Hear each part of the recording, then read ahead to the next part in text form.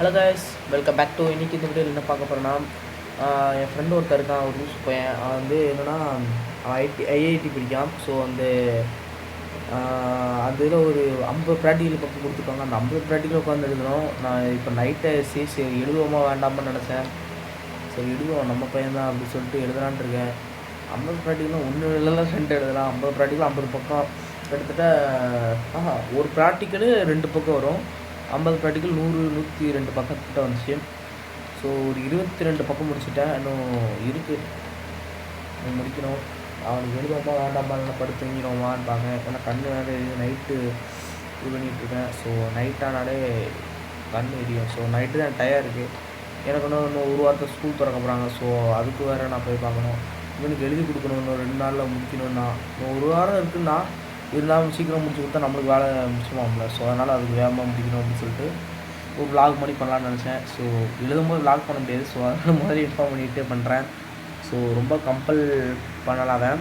நம்ம சரி கொண்டு வா, ஏன்னா அவனுக்கு அவ்வளோவா வராது, படிக்க வராதுன்னு சொல்லி தான் 10th லீவ் ஆனால். ஸோ இப்போ திருப்பியும் நம்ம அவனுக்கு எழுதி ப்ரிப்பேர் பண்ணணும். ஸோ கண்டிப்பாக நம்ம வந்து அவனுக்கு எழுதி கொடுத்துருவோம். நீங்கள் பயப்படே ஆனால் ஓகேவா. இவ்வளோ பெரிய நோட்டை கொடுத்து எழுதுனா, அதாவது சின்ன நோட்டே கொடுத்தாலும் எழுத மாட்டேன். இவ்வளோ பெரிய நோட்டை கொடுத்து எழுதுறா அப்படின்னா, நீங்கள் எழுத்தை பார்க்குறீங்கன்னா நீங்கள் சத்தியமாக அரண்டுருவீங்க. டேய் என்னடா இது எழுத்து அப்படின்னு சொல்லிட்டு. நீங்கள் பார்த்தீங்கன்னா புரியும் எப்படி இருக்குன்னு எழுத்து. இது வந்து ஒன்றுமே எனக்கே புரியாது.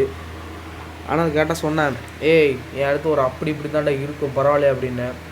அவன் பரவாயில்ல நீ எழுது அப்படின்னா, அவள் எழுத்து இதோட மோசமாக இருக்கும். இங்கிலீஷில் பாருங்கள், இங்கிலீஷில் வந்து அவள் எழுத்து அப்படி தான் இருக்குமா, ஓகேவா. இங்கிலீஷ் வந்து அவன் எழுத்து அப்படி தான் இருக்கும். ஸோ வந்து இப்போயே புரிஞ்சிடுச்சு. சரி நம்ம எப்படினாலும் எழுதலாம் அப்படின்னு சொல்லிட்டு தான் எழுதிக்கிட்டுருக்கேன். ஏன்னா ஸ்கூலுக்கு இருந்தால் ஓரளவு டச் விட்டு ஓரளவு மெதுவாக எழுதுவேன்.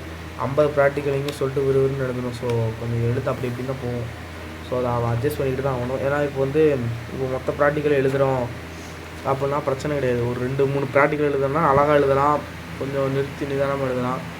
அப்போ சொன்னதே என்கிட்ட வந்து ஒரு 50 ப்ராக்டிக்கலு, மொத்தம் வந்து 75 சொன்னேன் என்கிட்ட. ஐஐடியில் 75 இது எதோ எழுதணும் போல இருக்கு, எனக்கு தெரியாது. ஸோ அது அவன் எழுதுறோம் இல்லையோ, நம்ம முடிஞ்சதை ஹெல்ப் பண்ணுவோம். ஏன்னா இன்னும் அடுத்து அவன் எழுதணும்ல. ஸோ நம்ம அந்த 50 முடிச்சு கொடுத்துட்டு அவன் மாட்டுக்கு எழுதிட்டே இருப்பான். நம்ம அதை பிரச்சனை கண்டுக்கல. ஸோ 50 பக்கம் கையை உடஞ்சிடும். அது இருந்தால் பரவாயில்ல எழுதலாம். ஒரு சில சின்னதாக இருக்குது, ஒரு சில பெருசாக இருக்குது. அதெல்லாம் பார்த்தா நானே ஷாக் ஆகிட்டேன். ஒருத்த நோட்டை பார்த்து இன்னொருத்தன் அவன் தான் அந்த ஐஐடிலே அவன் தான் ஃபஸ்ட்டு முடிச்சிருக்கணும் போல இருக்குது அந்த இதில். ஸோ அதனால் அவன் சொன்னார், ஓகே முடிஞ்சாலும் சீக்கிரம் பண்ணி முடிச்சுட்டு நாளைக்கு சாயந்தரம் மீட் பண்ணுறேன். நாளைக்கு சாயந்தரமாக ஒரு கண்டிப்பாக ஒரு லாக் போடுவேன். ஏன்னா வந்து என்ன எழுத கொடுத்தனா அப்படின்னு சொல்லிட்டு. ஆனால் நாளைக்கு சாயந்தரம் அவன் வருவான். நாளைக்கு காலையில் எனக்கு நான் அவன் லீவ் போட்டு எங்கள் வீட்டுக்கு வர சொன்னேன். அவன் என்ன சொன்னான்னா, நான் வீட்டுக்கு வரேன், ஃபோன் போட்டால் நான் தூங்கிட்டேன், வரலாம் நம்ம வீட்டில் வந்து கூப்பிடலாம் எழுப்பலாம் அப்படின்னு சொல்லிட்டு ஒரு இதில் அவன் வீட்டில் உட்காந்து நானும் வீட்டில் உட்காந்துக்கிட்டேன், தூங்கிட்டே இருந்தேன். பார்த்தா 1 மணி ஆகிடுச்சி. சரி முடித்தேன். சரி முடிச்சுட்டு பார்த்தேன். ஏன்னா காலையில் குளிச்சுட்டு படுத்துவிட்டேன். நல்லா அசதியாக தான் படுத்துக்கினேன். ஸோ அதனால் அப்படியே படுத்துங்க.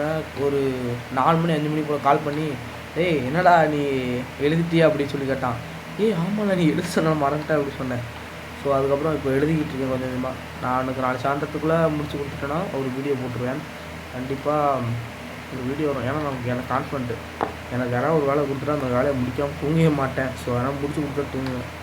அதனால் சாயந்தரத்துக்குள்ளே முடிச்சிடணும். முடிஞ்சால் என்னால் முடிஞ்ச அளவுக்கு வரையது தான், அதை வரைஞ்சிக்கிறேன்னா முடிஞ்சால் நானும் வரைஞ்சி வச்சுருக்கேன் அப்படின்னு சொல்லியிருக்கேன். பார்ப்போம்.